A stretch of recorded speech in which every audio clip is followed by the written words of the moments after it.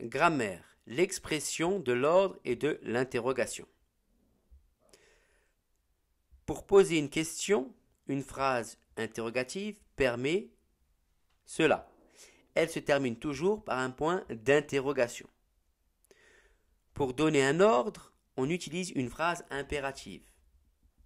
Et ça permet de donner un ordre ou un conseil. Il existe deux catégories d'interrogation. La première, l'interrogation totale, qui porte sur toute la phrase. On peut y répondre par oui ou non. Exemple, aimes-tu le chocolat? Deuxièmement, l'interrogation partielle, qui porte sur une partie de la phrase. On ne peut pas y répondre par oui ou non.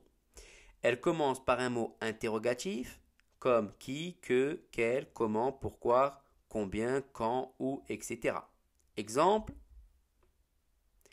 comment t'appelles-tu? On est obligé de répondre à la question.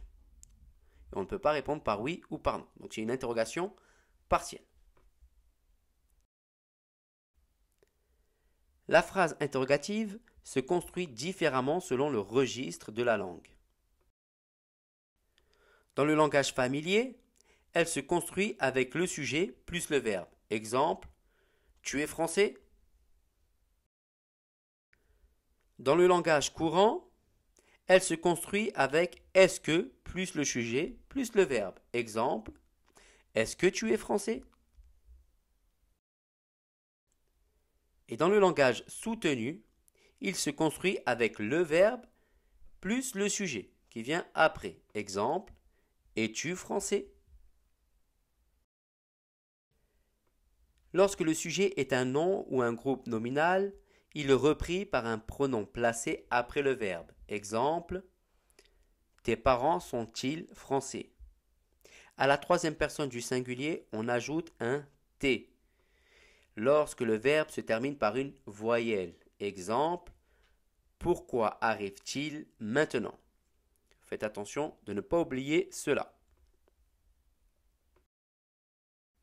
Attention, l'adjectif quel s'accorde avec le nom qu'il complète. Exemple, quel mensonge t'ont-ils raconté? Ici, mensonge, il est au pluriel, donc quel sera au pluriel. Faites attention, il s'accorde.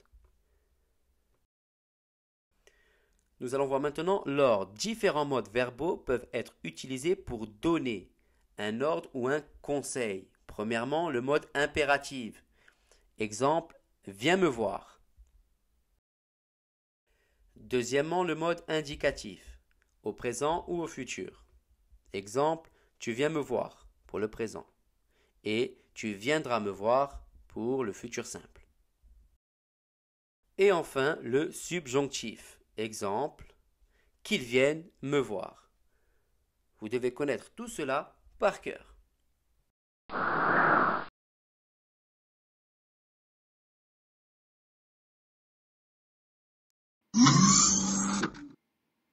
Bon courage et au revoir.